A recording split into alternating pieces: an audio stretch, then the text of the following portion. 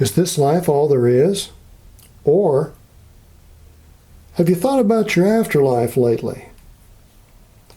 Welcome to another installment in the Over My Shoulder Bible Study series. These brief video Bible studies typically serve to supplement the sermon that I preach each Sunday here with the Missouri Street Church of Christ in Baytown, Texas.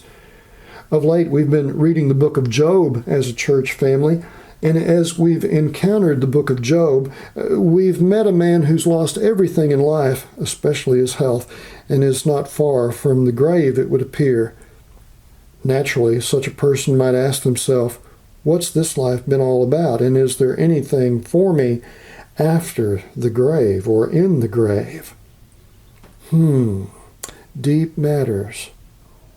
Well, the book of Job may have been one of the earliest books in the Bible written. Many scholars believe that it's actually the first that was penned. Whether it was the first or just one of the earliest, the matter remains the same. God revealed a bit of light as this book opens the canon that we know as Scripture, the Bible.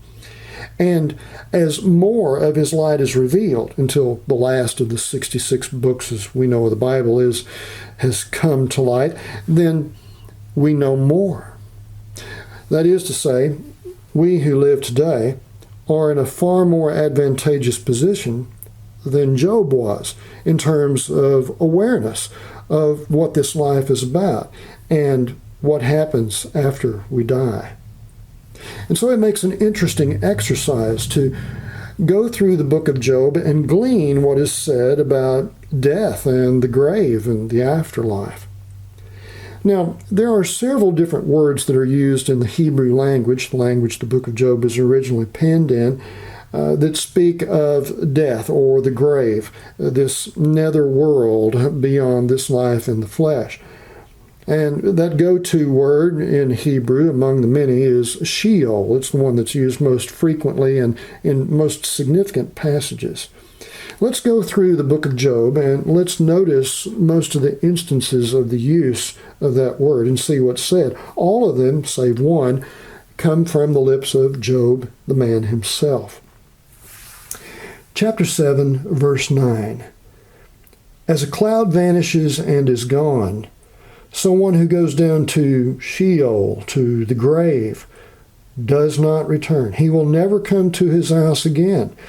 His place will know him no more. Job's saying you don't get a redo. Death is final. You can't hit the reset button and start over. There is no return from death.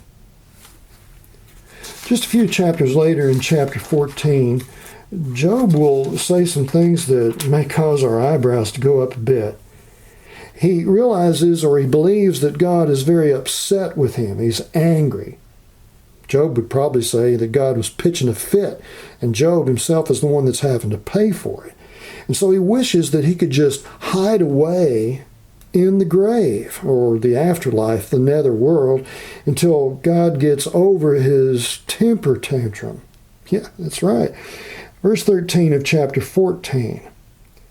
If only you would hide me in the grave, he's talking to God, and conceal me till your anger has passed. And the thought continues, but the point has already been made. Job wishes he could just hide away from God's anger, and that hiding place is the grave. He'll say a little later, though, that he knows that God's bigger than that grave, and he can't really hide out from God there either anyway.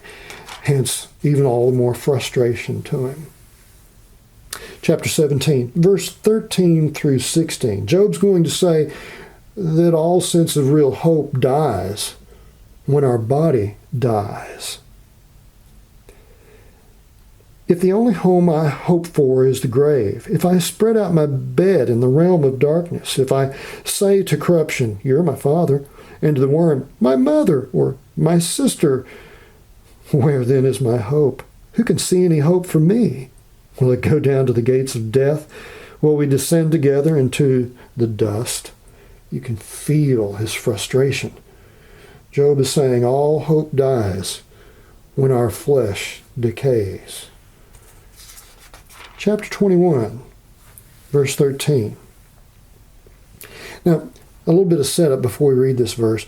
Job is reflecting on how that the wicked seem to get away with their wickedness, that they die quickly and they don't have to suffer in this life for all the things that they did wrong, or they go to death peacefully, and that's just not right either, however the Hebrew would read.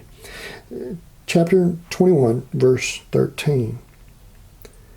They, the evil, wicked, they spend their days, their years in prosperity.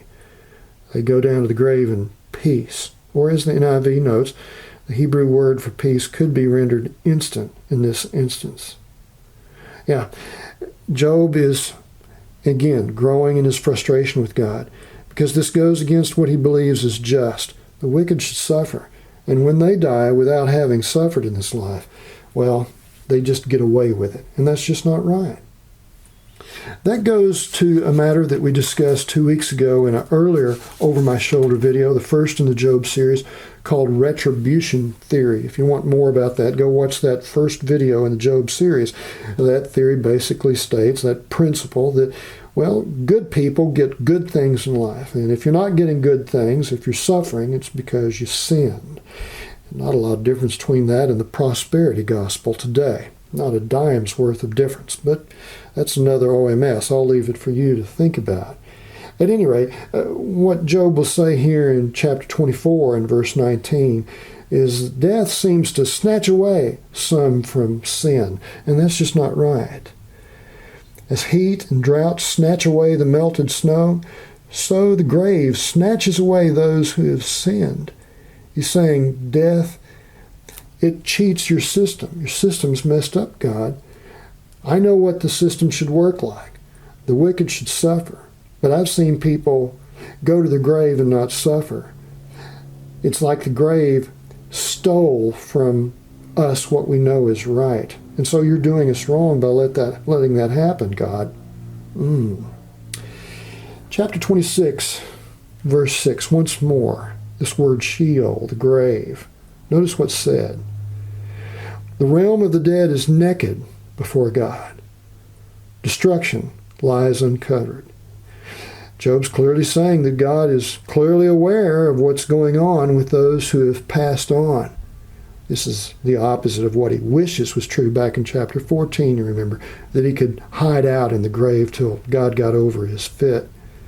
But he's saying, well, on more sober reflection, I realize that fit or not, God knows what's going on there. Can't hide there. God knows all about it. Well, I mentioned that those were the references to the word Sheol by Job. There's only one other reference to that word, use of that word in the book of Job, and it comes from one of Job's friends, Zophar. And that's back in chapter 11 and verse 8. But it doesn't give us much more light than what Job has already given us with this use of this word Sheol. They are higher than the heavens above. What can you do? They're deeper than the depths below. What can you know? You can't fathom the mysteries of God, is what Zophar is saying. And so what he's saying in the depths below, Sheol, that's part of God's mysteries. God's ways are deeper than Sheol. He's bigger than the grave. Now, we could note some other things that are said by other Hebrew words that are used in the book of Job about death and the afterlife. But it doesn't expand the light or brighten it much. Death is spoken of as something maybe akin to being like at rest or like sleep. That's back in chapter 3 and verse 13. And we'll hear Job long for his death on many occasions, not the least of which there in chapter 3 is verse 20 through 22. We'll hear Job reiterate how that he has no hope, that all his happiness will be gone once he hits the grave, and that the grave is like a place of darkness, just utter gloom and darkness. He'll say that in chapter 10 and verse 21. In fact, right here at the page opening. Not a lot more. Now, what you may be thinking right now is, wow, that's pretty bleak. That's not much to go on. It's kind of shallow compared to Christian faith. It's extremely shallow compared to what Christians claim they believe. True that. When you read the rest of the Bible, there is far more light that has come to light to reveal what the afterlife will be like. Whether it's the judgment of all and all of us giving account to God, whether it's a new heaven and a new earth, whether the great separation of people, like separating sheep from goats and what either will experience, and far, far more. All of this hinging on the resurrection from the dead of Jesus Christ. And so all of humankind will rise from the dead and then face the music. Well, so much more that could be said. This is so much more than what was revealed in the book of Job. It's like a light that's on a dimmer switch, and more light is being dialed up so that more light can come into play to illuminate what's always been there. To steal from a different biblical writer much later in the Christian age, you and I today live under a better covenant with better promises. We have, as it were, much more light. And what will we do with that knowledge and betterment? We're in a far stronger and better position than Job himself was. And yet we know what Job did with his life. Go back and read or see last week's Over My Shoulder video, and we'll see some of the sins that Job sought to avoid. He was a very good man.